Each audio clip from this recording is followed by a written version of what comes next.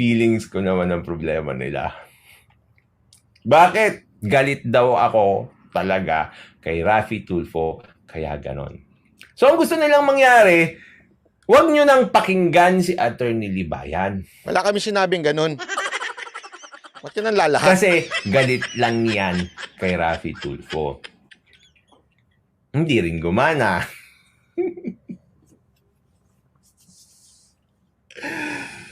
Yung inggit, sabi nila, hindi rin gumana. Sino bang magiging inggit, mga kabatas natin? Sa 4 ang kasal. May inabando ng anak. Si Diego Latigo, mainggit sa 4 ang kasal. Tapos, Si Randel, hindi marunong sa bata. Madam May, joke lang po yun ha. Yan, yan. Ganyan siya, pag manlalait siya, tatawa lang siya. Yung... Pero ano punto niya? Wala. Tapos, manlalait yung mga followers niyang uto-uto, tapos sabihin sa akin, puro ka lap trap, puro ka lap trap. Kaya nga hindi ko tinatanggal eh. Ito. Alam mo ba't di ko tinatanggal yan? Pwede ko naman tanggalin yan eh. Kaya ako hindi tinatanggal yan, pinapamukha ko lang sa inyo. At least ito, pinipindot ko para tumawa. Yan, tumatawang mag-isa. Na wala naman nakakatawa. At sino mas mukhang tanga dun? Hindi rin gumana. O balik tayo sa feelings. Galit daw. Kaya wag nyo nang pakinggan. Just ignore Attorney Libayan. Galit lang yan. Ito ang sasabihin ko sa inyo ha. Mga Tulfo natin, saka mga vloggers. Maging creative kasi kayo. So sobrang babaw ng mga paninira nyo. Kami pa ngayon nanira. Ikaw ngayon mababa ang paninira mo. Talagang babaliktarin mo pa. Nasabihan na kasi lahat ng tao ng ganyan. If you cannot trigger people's curiosity doon sa mga paninirang ginagawa nyo, Ang lupit ano? Hindi ko kinaya to. Honestly, nung pinanonood ko to, wow. Ikaw pa talaga magsasabi na naninira ang tao sa'yo. So ikaw na bida ngayon. Pagkatapos mong banat-banatan yung si Tulfo at nag-retaliate sa'yo yung mga humahanga dun sa tao, hindi ako ha, yung mga humahanga. Tapos sasabihin mo, ikaw na ngayon ang binabanatan. Hindi ba pwedeng dumedepensya lang sila dahil sa mga akusasyon mo kay Tulfo? Ang labo mo talaga, Brad. hindi na. Kasi parang, oh, galit lang yan, galit lang yan. Obviously, hindi naman, di ba? Ang punto kasi dyan, meron ba talagang galit sa tao? O wala? Actually, kung feelings dapat ang usapan dito, malasakit. Malasakit doon sa kababayan natin. Kasi kung may malasakit ka talaga sa kababayan natin, ang iisipin mo yung kapakanan ng kababayan natin at hindi kapakanan mo. Ito ha, pakinggan nyo na yung punto niya. Nasablay na sablay. Sobrang sablay tong punto niyang part na to. Panoorin nyo ha. At hindi kapakanan ng Tulfo brand of justice mo. Parang ganito eh, no? Parang ganito. May savior tayo. May savior tayo. Alam natin na ang savior natin ay kapag tayo ay... Sabi nitong isa, anong karapatan niya mangusga ng 4 ang kasal kung siya hindi nga nagpakasal, naka-live-in ata sila ng partner niya? Pretentious masyado. Hindi ko alam kung...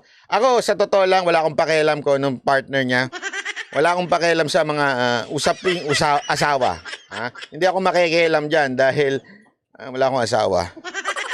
So, kung siya, nakingialam siya sa asawa ni Raffy Tulfo, ako wala akong pakialam. Kumapit sa gobyerno,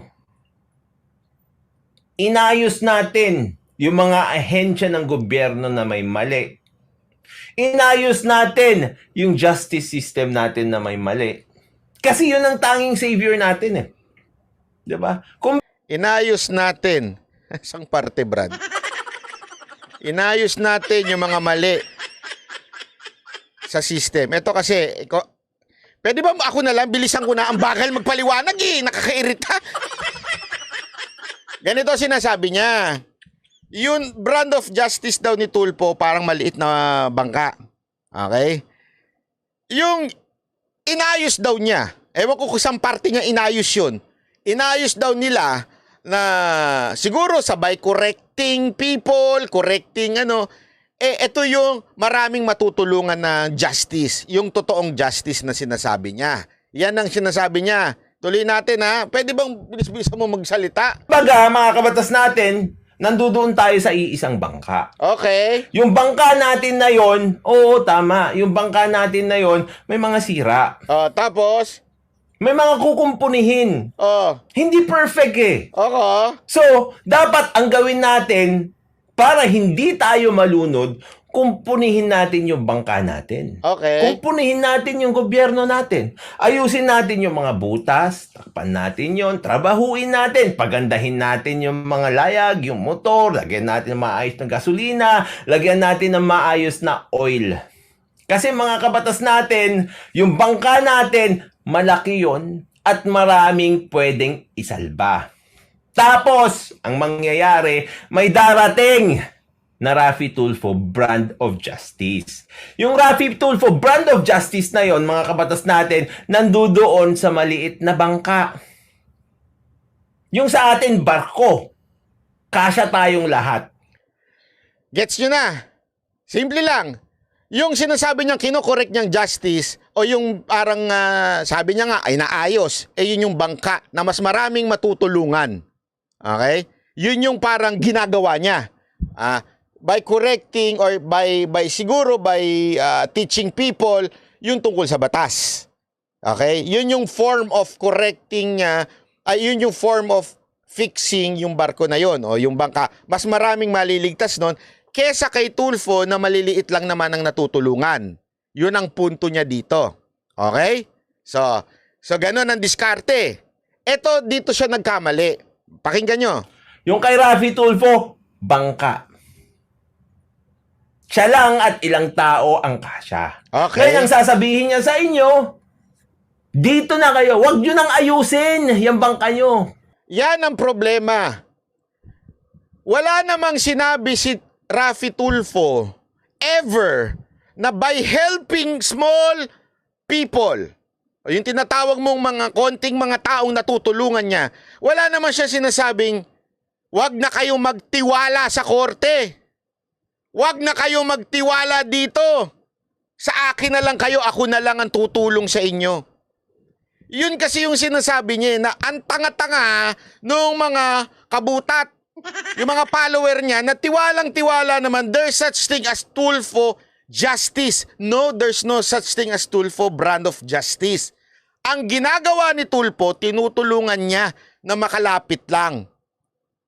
Hindi naman niya sinabing, wag na kayo lalapit sa pulis. Wag na kayo lalapit sa mga institusyon ng ating bayan. Dito kayo sa akin, ako magliligtas sa inyo. Walang ganun. Baka sikibuloy. Hindi, wala. Wag naman sikibuloy. Wag mo itama yung sikibuloy. Wala siyang sinabing ganun. Yun ang problema ko dito sa sinasabi niyang argumentong ganito. Diba? Naintindihan niyo kung bakit ko dinidiscuss ito? Yun yung maling argumento. Kailan ho ba, meron ho ba kayong video na nakita na sinabi niyang, kung sino man, Lorna, tutulungan kita. Huwag ka nang lumapit doon sa mga pulis. Huwag ka nang lumapit. Tutulungan kita. Ako na. Kaya ko na ito. Ako nang bahala. May ginanon siya? Wala, di ba? Ano ginagawa niya? May lumapit. Bigyan na lang natin ng halimbawa, yung halimbawa kay Katapang. May lumapit sa kanya. Ano sinabi niya? Meron ba siya sinabing, wag ka na lumapit kay Katapang. Ako na bahala dyan, bibingbangin ko yan. Aabot ko siya yung pera. Relax ka lang. Patitikimin ko yan. Ako na mag-aabot ng pera sa'yo. Kukunin ko sa kanya. Hindi eh. Tinawagan niya. Kinausap niya. Hello. Magbayad ka na. Ibig sabihin, naniniwala pa rin siya eh. Ilapit lang niya doon. Kaya nga sabi ko, anong problema nun? Anong mali doon? May mali ho ba sa pagtulong niya sa kapwa na para makalapit? Ang labo talaga eh. Kasasabi niya, sinisira ni Tulfo ang barko. May sinabi ba si Tulfong ganun? Hindi yung barkong specific pero yung institusyon na sinasabi mo. Meron?